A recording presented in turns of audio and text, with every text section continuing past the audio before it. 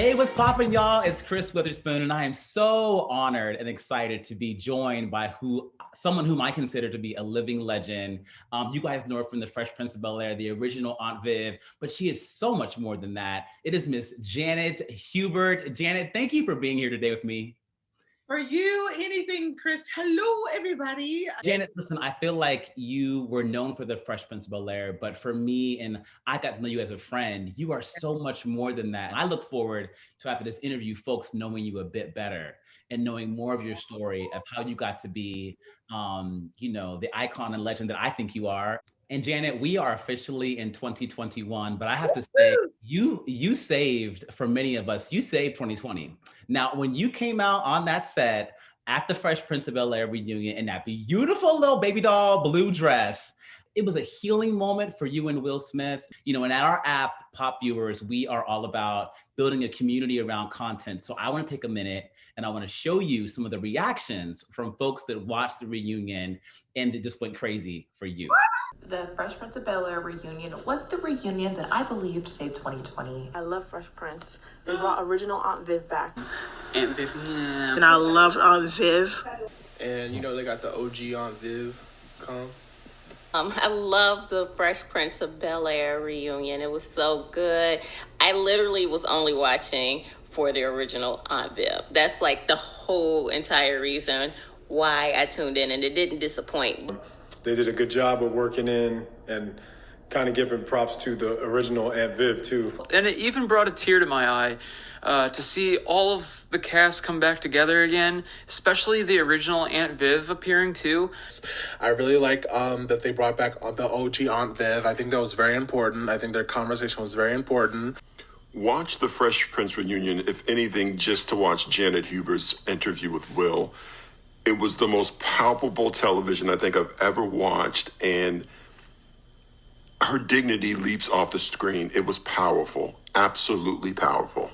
Chris, warned.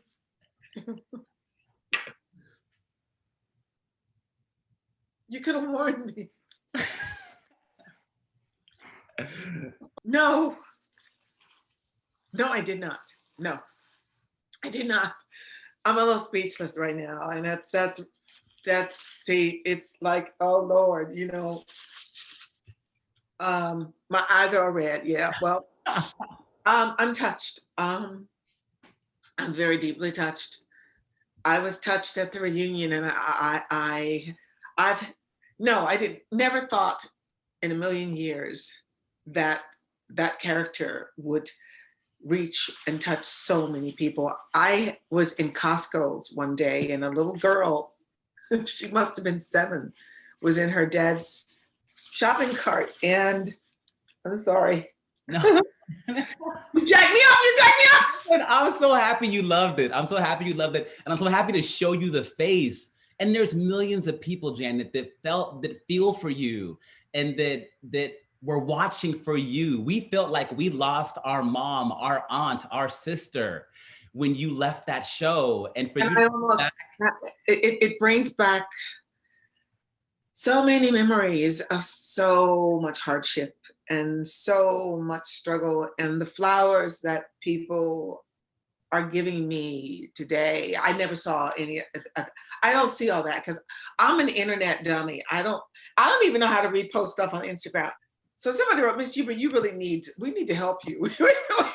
I want to talk about the Fresh Prince in particular. There's something about the way that you showed up as Vivian Banks, this powerful, dark-skinned, beautiful Black woman on a set and taking on a character that we really hadn't seen before. Was there a particular ritual that you did in your trailer or on the set before you to channel that power? No. I was a dancer for real. You know, people didn't really realize because I had done Broadway way before Fresh Prince in every regional theater in this country and commercials. Dance gave me more power in my physical body than any other form that I ever studied. I was an actress first. I started dancing at the age of 22 years old, which many people don't realize. That's very late. I went to Alvin Ailey's and I cleaned toilets for a work scholarship when I left Juilliard and went back I worked at Emical Oil for a summer. And then I decided, I tried to leave the business and do something that was normal. Like try to be an accountant or something. So I left Juilliard and I went to Loyola and I tried to do that. But on New Year's Eve with $5 in my pocket, I decided to come back to New York. And what dance gave me for this character was a sense of elegance, a sense of ballet. Wow. No, and when you say that, I think about how Vivian Banks walked into the room and how you walked. It was like you were dancing at times. Honey, in dance, everything is placement. Yeah. How she sat, how she leaned, how she looked, how she side-eyed. Yes. That was always me. So what they gave me in the character was nothing. At the audition was nothing. It was basically, all they said was Denise Nichols prototype, which I was not. So there wasn't much to go on. Wow. They wanted a lighter skinned woman. This Zoom is full of surprises. Janet Hubert, you are a part of Black history. You are a living legend of TV. And I wanted to bring on really quick my friend Joy Reid, who is also who I consider a living legend, the first Black woman to have a cable news show. Real? Yes. Hey, Joy Reid. Hey, Christopher, how are you doing? And hello, Miss Janet. First of all, let me just bow because let me tell you, sister, I grew up, of course, watching you. You are the only Aunt Viv that I recognize. I only recognize certain presidents as legitimate. You're the only Aunt Viv that I recognize as legitimate. My family damn near stopped watching the show when you were not there. We were like, they can't just switch out Aunt Viv like that. That's not how life works. That's not how the mamas work. The mamas is the mamas. And what I loved about you was that there were so few chocolate brown skinned women on TV that we could admire, that we could see reflecting ourselves. There's such a Hollywood insistence on casting Black women as only being one complexion. And we know that Black women come in all colors, all flavors, all backgrounds. And we never really saw that on TV. And so you provided the kind of reference, the kind of, representation that we needed. And you were also like my other play mom in my fake world life. So I love you. And I have to tell you, my favorite episode with you was the dance competition. Oh yeah. When I say you got in there and did all this, and then came outside and dropped on the floor, I died. I died and came back to life. So I just wanted to jump in and just tell you, I love you. I love what you did in your craft. I miss you. I need you to have like a whole TV series on Netflix so I can binge it. I need you back in my TV life, but I love you. So I just wanted to pop in and say that. Thank you. I love you too. I'm so proud of you. Thank you. Honey, the readout, you read. Okay. We try. I be going, Now they set her free. Okay. She been set free now. Hey, we try. Well, thank you so much. And I'm just trying to represent as well as you did, sister. So thank you for letting me be here. And Christopher, I love you. And I'm so proud of you. Thank you, Chris Joy. is like my play nephew, so I love him so much. Thank you for inviting me, Chris. Love you. Thank you. We love you. Bye. Bye. Oh my God. Okay, you are killing me, Chris. You are killing me. Janet, I promise there are no more surprises, but I wanted to bring people on, our users from PopViewers, but also I want you to know that you are a part of Black history, and we need to begin to recognize our legends while they are able to hear our voices and hear why we love them. And I think that you have so much more work to do, Janet. The fight still continues in Hollywood and you're a part of it. But I want to go back to the audition for The Fresh Prince of Bel-Air. What was it like for you? And did you know, I'm all about manifestation and kind of claiming what's yours. Did you know that character was going to be yours? No, I didn't want it. Wow. I didn't want it because I knew I was not what they were looking for. So sometimes when you think you know something, you don't know shit. They didn't know what they wanted. They had a Denise Nichols prototype, and Denise Nichols was there, and I was in awe of her because she was one of those characters that came before me, even though she was a fair-skinned, Black woman. We're all Black women. We're all Black women. But when you see the prototype written there, and this was the days of faxes. So I was in New York. I was in my backyard. I was drinking margaritas. So when I went to get the fax at the Minskoff, remember you're too young. Yeah, Minskoff Theater. Minskoff Theater, yes, on Broadway. You're right on 43rd Street. The Lion King was there, or still is there, I think. Yeah. I fell asleep waiting for the fax to come through. And so when I auditioned, what did I do? I read something on tape, or then my agent called and said, hey, they want to test you. And I said, what's that? They said, they're going to fly you out. And I said, seriously? But I was in the midst of a big controversy in New York with the DOT parking illegally. I broke that story because I was such a vigilante in the neighborhood in Hell's Kitchen. So I said to everybody when I auditioned for Fresh Prince, I said, thank you so much for getting me out of New York. When I walked in the room, there must have been 30 people in the room. There were no nerves. There was nothing. I didn't even try to look like anybody's mama. I pulled my hair back in my ballerina bun. I put on a little short Les Adler. I had on a Les Adler shirt, electric blue. I had stilettos on like this. Come on stilettos. I had on a little mini skirt. Well, not really mini, but sort of knee length. And I did not even try. And they said to me, it wasn't what you did with the lines. It was what you did in between the lines. It was the reactions where somebody was reading with me as Philip, and then I'd go, Philip. It was the looks. Wow. It was all of those moments that we did at the table reads, when we would have table scenes where Will and Alfonso and Karen would be doing, and we would start to break, and I would have to sit there with this, elegance of that. It was Black girl attitude. Wow. But Black girl, it's like people say, Miss Hubert, you have so much elegance, but you've got just enough ghetto, which it's true. It is true. Now look, we gotta know when to be pulled up. Yeah. But the thing that I gave her was she also could throw down. She could also throw down at any given moment. Those earrings was coming off, and it was like, come on. No, I remember when you were at that police precinct, or Aunt Viv was, and she said she popped them earrings off. She was ready to go. Janet, but I want to ask you, because you looked so powerful, when you watch you on set. I mean, it's unreal how in control it seemed that you were. But I know that there's this term that I love, as a CEO of a startup, imposter syndrome.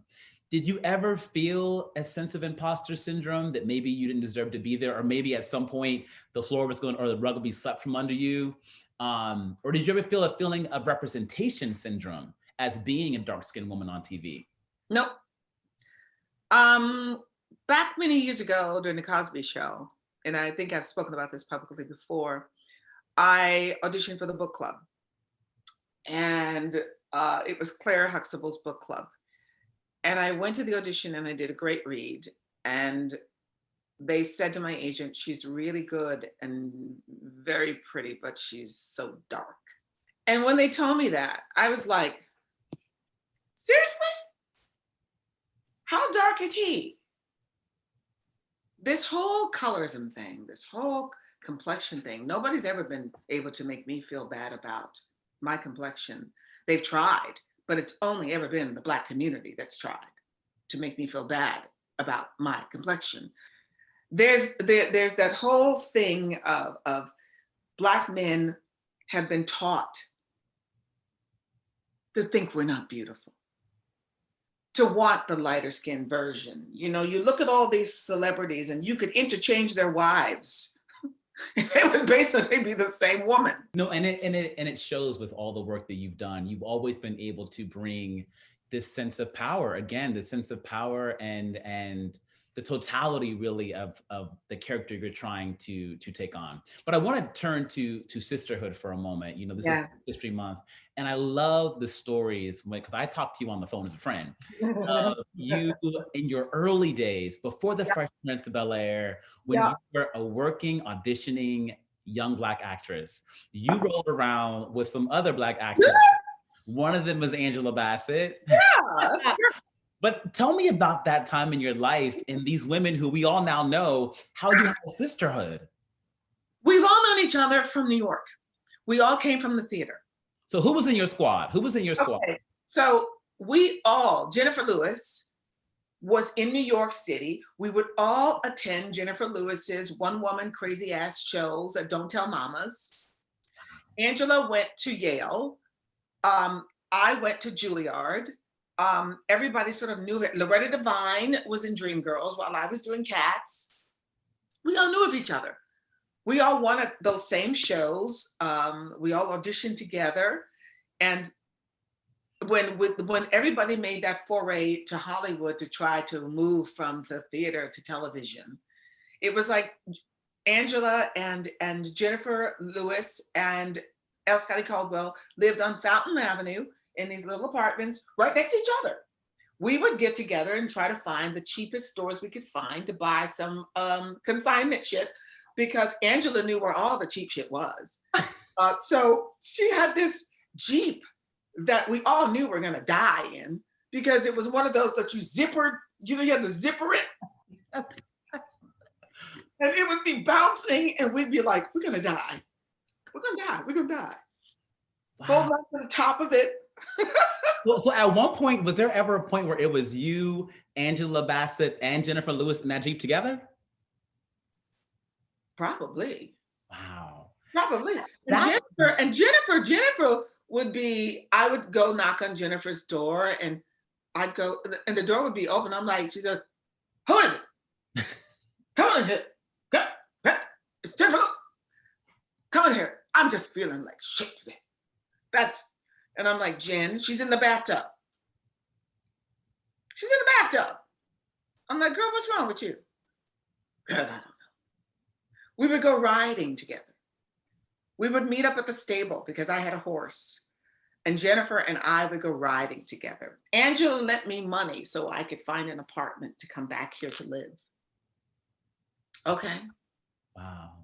My girl had to lend me some money because there wasn't any for my son and I to be able to find a place to live when we came back here. That's how broke my ass was, while I'm signing autographs, the whole time coming back across the country. She'd come and help me pack up the house when we were going through the divorce and terrible times. And she would be like, ooh, y'all scare me up here, because my ex-husband and I would be going at each other. And she'd be like, oh shit, give me a cookie. What?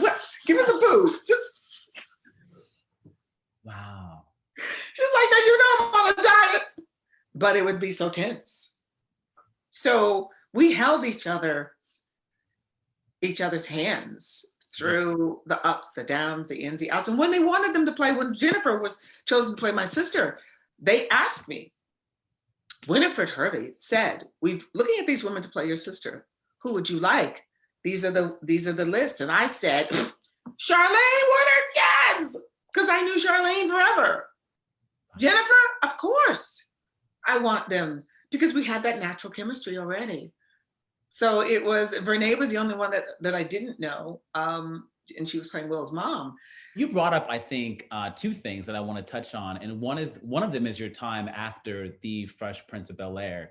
You talk a lot about how it was tough times. No, but I think one thing that you talked about just now, and I've talked to you about a little bit before too, that I think is important for our viewers to hear, is that, after you left the Fresh Prince, all of us at home thought you were riding high. You were still on our TVs in reruns and on other channels that were re-airing the Fresh Prince of Bel-Air. Right. But you went through some dark times. You went through some tough times. Yes. One, if you're comfortable, I'd love for you to talk a little bit about that, because I think that those dark times led to you redefining who you are. But two, how did you channel the resilience that we all see? horsewoman. On top of it, I'm a cowgirl. I am a cowgirl, but I'm also an actor. And you're only as good as the last job you ever did.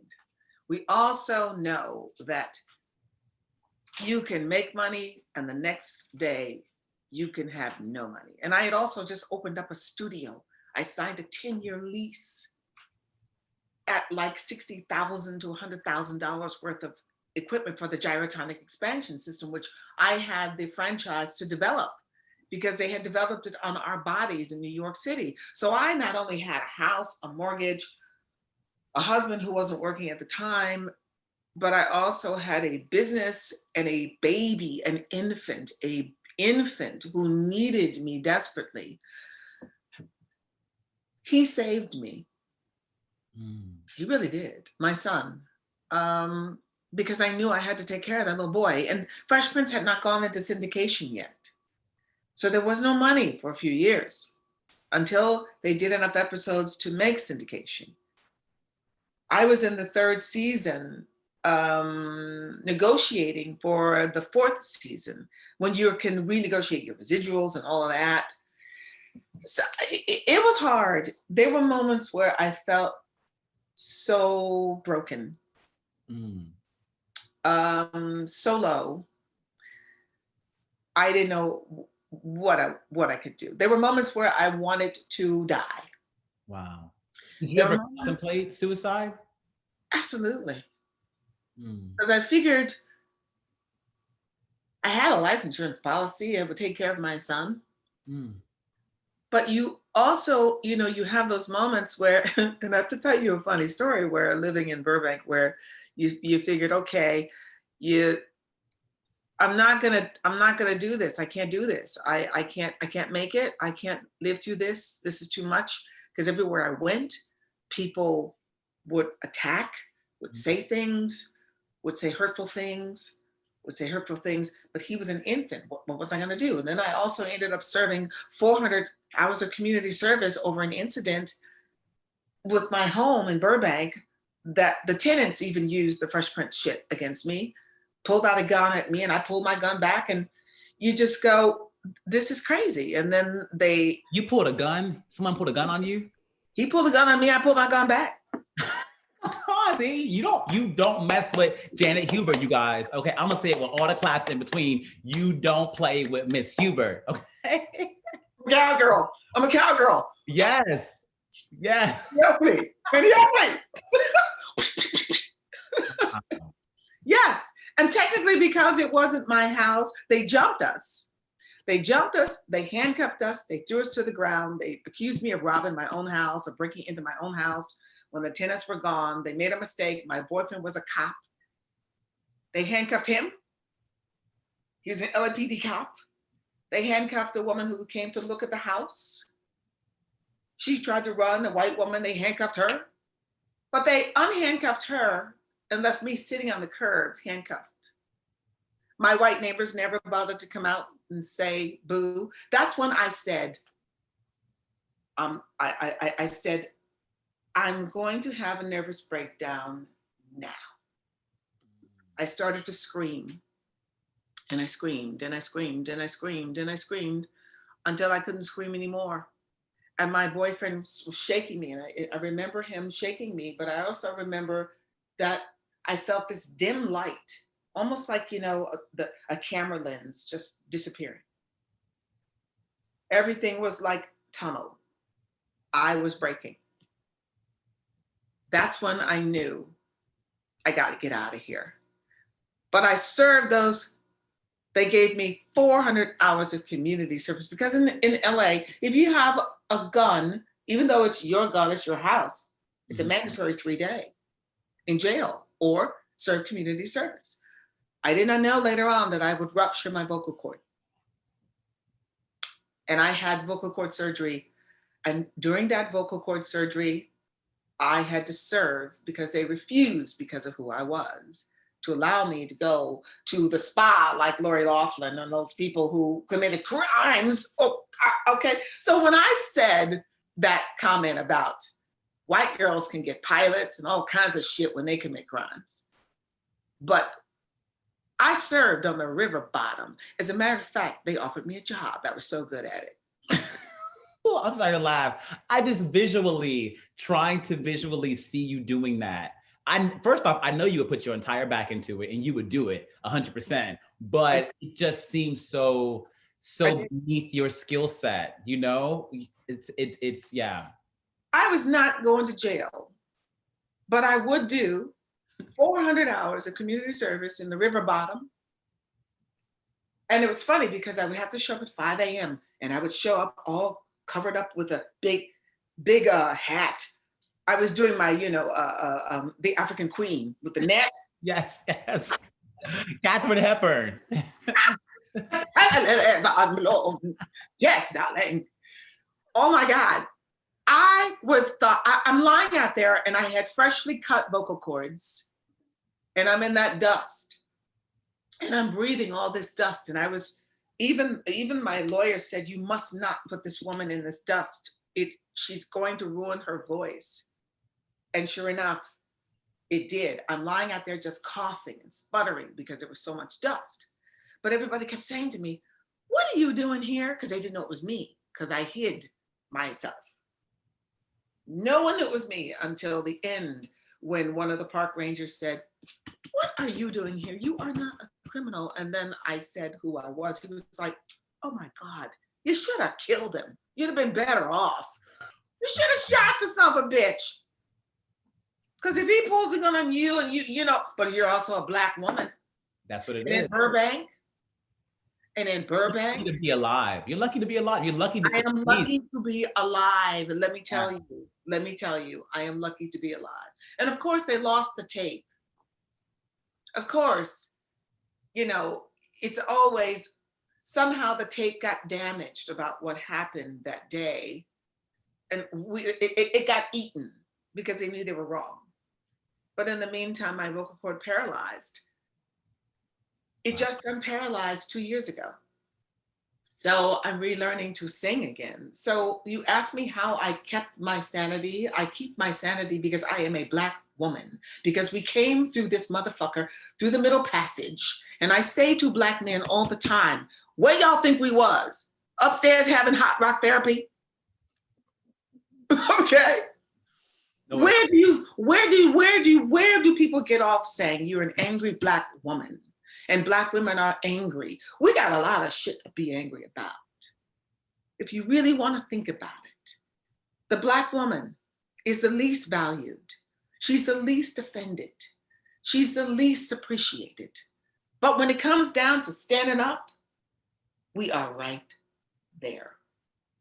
And I'm Black all day long. And I have a Black son. He ain't biracial. He's not, he is chocolate. Deep brown. And if you mess with my child, that's what's held me together, is my son. And you will not find one picture of my son anywhere on the internet. Wow. And when the Black press did what they did by printing something that was on my Facebook page that they don't know they don't know what's going on, it just hurt me so profoundly that I was just like ready to kill. That was one of my darkest moments. Of all the dark moments, that was probably one of my darkest moments. No, I remember you called me. I remember that. You called me. You were beyond rage. It felt like a piece of you was broken because you love your son that much and you've protected him like no other celebrity I've seen in this industry protect their child. And deservingly so, rightfully so. So when I remember that. Yeah, and the Black press put his name out there, not knowing what the fuck. D.L. Hughley, I call him D.L. Ugly, okay? Because he done some ugly shit. Stop speaking for the Black community when you are not. You speak for yourself. I can't speak for the Black community. I can only speak for me, myself, and I. But I stand up for other people. No one has really ever stood up for me, but I stand up for other people. So it's really amazing to see this love and not to know how to sleep with one eye open anymore. I've been sleeping with one eye. Okay, it's been hard, but we are from a tribe of people where they took us, they kidnapped us, they enslaved us, they beat us, they raped us, they took away our names, they took away our culture, they took away our history. We don't even know our names. We were property. We are the only race of people who did not choose to come to this motherfucker called America. Excuse my French. But what we're going through right now ain't nothing new. It's always been this way. People say, well, did you ever imagine that America could be this? Are you kidding me? Been like this. We Black. We deal with it every day. You got to be 10 times better than the average white person. You got to be 10 times better. And if you're a dark-skinned woman, you better be a 10 times better actress. Janet, you know, I want to take a moment to celebrate where you are now in your career, how you're thriving. And I get so excited. And I want you guys, viewers, to know that Janet's about to, I think, shatter another glass ceiling in the world of animation. You know, what I think you're doing is going to be so powerful. And I'll tell you why. Because people like me that are in our late 30s grew up watching Aunt Viv, but you are creating an offering for our children. I have a son who's 9 years old who does not get to see himself reflected in the world of animation. So many of my friends who have kids of color, you are creating, Janet, an animated kids series. It will be out hopefully this year. It is called JG and the BC Kids. Can you please tell us how you got to this? And it's been a long journey. It's been a long journey, but it's finally happening. And people are going to, I believe, go crazy when this comes out. I hope they like it. I've been trying for 22 years to get this property done. JG and the BC Kids dressed up as that character, went to Barnes and Nobles, created this little CD that was given to me by a friend of mine, my old musical director and dearest friend who passed away, from Rock and Roll Dinosaur. My son loved dinosaurs. I created it because when I knew I was having a little boy, a little Black boy especially, I knew this was gonna be hard because already I couldn't find anything to decorate his nursery. I couldn't find things that reflected who he was. Children believe in themselves when they see themselves. And so I redid 2 of these songs, a la Tina Turner, on this album, put on this outfit that she wears, went to Barnes and Nobles when there was no money and sang, "What were the facts? How do we know these things?" And I sang Record of the Rock, a la Tina Turner, you know? Did anybody know it was you when you were there in the costume? Did they know it was Janet Hubert? Sure they did. Wow. Sure they did. It was all I had. I had to use what they left me. And all they left me was Janet Hubert with this image of being a bitch and Aunt Viv. So all I could do was work with what I had. So I took out a loan. I took out a small loan with AFTRA. I got myself a laptop. I started creating the artwork. I went to everybody in Hollywood for help. I went to the Reginald Hudlins. I went to, and Damon John was one of the wonderful people. I created a clothing line that goes along with it. A whole empire, y'all, a whole empire. I created an empire for Black children and brown children, and BC Kids it stands for bold and confident. It stands for beautiful and caring, and it stands for before corruption. And it also stands for bright children. And it's about bringing street smart kids and book smart kids together. It's all based on an equation, but it's fun. They don't know they're learning, but it's based on fractals. My son and I would sit for hours at a time when I was very ill. I was really, really sick for a period of time where I couldn't hardly go out the house. And we would he'd sit in my lap, and fractals, we would just stare at them in amazement. So it's all based on fractals and JG, and her hair does amazing things because I love natural hair, and I want little girls to feel empowered. I want little girls to feel empowered by dreads, who have dreads. I gave her dreads. I gave her locks for a reason, because Hollywood loves to depict criminals, predators, aliens with locks. Whenever you see something that's sci-fi, or even the Walking Dead, where you go zombies, what is this? I've had 2 sets of locks, and I'm sorry. I saw my locks as very powerful. So I gave her, and that was at the time that I had my locks as well. So she was created out of a necessity, out of a frustration, out of a need, out of a frustration for a Black mom to be able to have things for Black boys. Little girls got all kinds of stuff. But now everybody's jumping on the gravy train. So I think pop viewers, you guys might not know, but Janet Hubert is going to be starring in a new version, or it's going to be the, I think, definitive biopic of Mahalia Jackson. I'm not starring in it. I play Aunt Duke. Lettucey. It's starring in it. Lettucey is starring in it. This version of Mahalia is Erica's written version of Mahalia. It's called Remember Me. And so it's not a full movie, but it's like a mini biopic. And what they're going to see is production level and a quality of production that is top notch. Erica Nicole Malone, remember that name, everybody. Erica Nicole Malone Entertainment spares no expense. This woman is an independent producer, finances her own productions. Wow. Okay?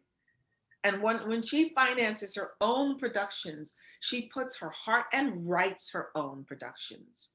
She writes for hire. She writes massive gospel plays for the love of Tyrone in Vegas. She is the consummate independent producer. This sister is truly anointed. She's truly one of the most giving Black women I have ever met in my life. She's my business partner and executive producer for JG. She talked me into bringing it back when I was having this cornea transplant. And she said, Janet, you've talked about it so much. Why don't you, while you're convalescing, and we will invest. Wow. We are talking Black dollar. Yeah. Black people investing in Black people. She walks the walk and talks the talk. I love that. Tyler does too. Now people that. can say what they want about Tyler Perry, but Tyler Perry walks the walk and talks the talk. And he's one of the few people that hired me. Tyler likes to hire the underdog. Tyler is about the underdog. Janet, I have one last question for you. Yes. People, viewers, audiences of all different generations, they want to see more of you. Now, you've said to me, you've told other people that you really want to take a back seat and let this new generation lead as talent. But I want to know, are there 1 or 2 dream roles that you have? People are listening. I think Hollywood, the creators of content are listening, and we want to see more of you. What are those dream roles? You know, it's always been, and I had a conversation yesterday with someone. I've always wanted to do a talk show, but a very different kind of talk show. That's not nasty, that doesn't go after people. But if I do go after people, it's people who deserve to be gone after. It's almost like a Carol Burnett kind of variety where you sing a little bit, you dance a little bit, you do skits. I do it all. I was a triple threat. I also would love to spotlight people who you don't see, who are just as brilliantly talented on something other than America's Got Talent. Because I think those shows kind of, I think they exploit those people. Shows like The Voice. That's true. Are wonderful, but those kids are not getting paid to be on that show. Project Runway has had the same prize money for how damn long? You're like, $1 million worth of stuff, but you're still giving them $250,000 in cash. Come on now. Something that the common person, somebody my age can relate to, because there's nothing on right now that I want to watch. Tamron is definitely off my list. Okay, I was giving her a chance until she came after me. When she came after me, I'm like, girl, I'm done with you, okay? I'm done. So I would like a show. They don't think about women my age, but they could give Kris Kardashian a show. Yeah. But we're in a pandemic right now. So I understand that that's hard to do. I have a script that I wrote that I would love to get done. It's called Life in Between. It's about the business. It's kind of based on my life story, but I'm too old to play it now. So I I've been writing a lot. So in our show, what we talked about. Yes. I really want to get that done. That would be amazing to get that done. And I think the talk show concept sounds brilliant. There is a void missing, I think, among sort of, talk shows we want to show up for, and it's like almost like an event that we want to show up for every morning or every afternoon. What happened to the skits? Let's have some fun. No, Janet, and I mean, when you watch the episode of you on the Fresh Prince where you're teaching Black history and you're singing them Negro spirituals, or when you're dancing, still that dance that you did at 36 years old, people think you were in your 20s. You were 36 years old when you were wearing that leotard dancing. You are a triple threat, and I believe bringing together a talented house band, a talented music director, and some really great talk could be powerful. And also the life in between idea, I think also is brilliant. Like we now, and I know you, there's so many layers to who you are and so many layers to what you went through. Yeah. That I think that story fictionalized a bit. With they're gonna do it when I'm dead. They're gonna do it. No, I let it happen. I will not let that happen. I appreciate that. Well, Janet, I can say this and I can really mean it. I love you. I salute you. We salute you. Thank you for giving us your time today. And thank you for shining. So sweet. You are like, people, you guys don't know this young man. You've been my megaphone for so many years, through so many wars and so many battles. And it's so nice not to have to do battle anymore. That's amazing. It's wonderful. I'll be back out there on some level. I have a lot of health issues that I have to stay on top of, that I may not look sick, but I've been sick. I've been ill. And so I have to make sure I stay close to home. I need my doctors. I need my trigger point injections. I need my ozone. I need to stay propped up. They keep me propped up. But you're still working, and I want people to know that, because you have some things, you got some stuff in the can, as they say, that is going to blow people's minds. Look out, because Janet Hubert, you're here to stay. You are here to stay, and you're a force to reckon with, and I can't wait to see what else you do. Thank you. And thank you for being there for me, Chris. I love you so much. I love you so much. You're like my son. Yes. Yes. I can squeeze those cheeks. All right, bye, y'all. Okay, bye-bye, everybody. Thank you so much.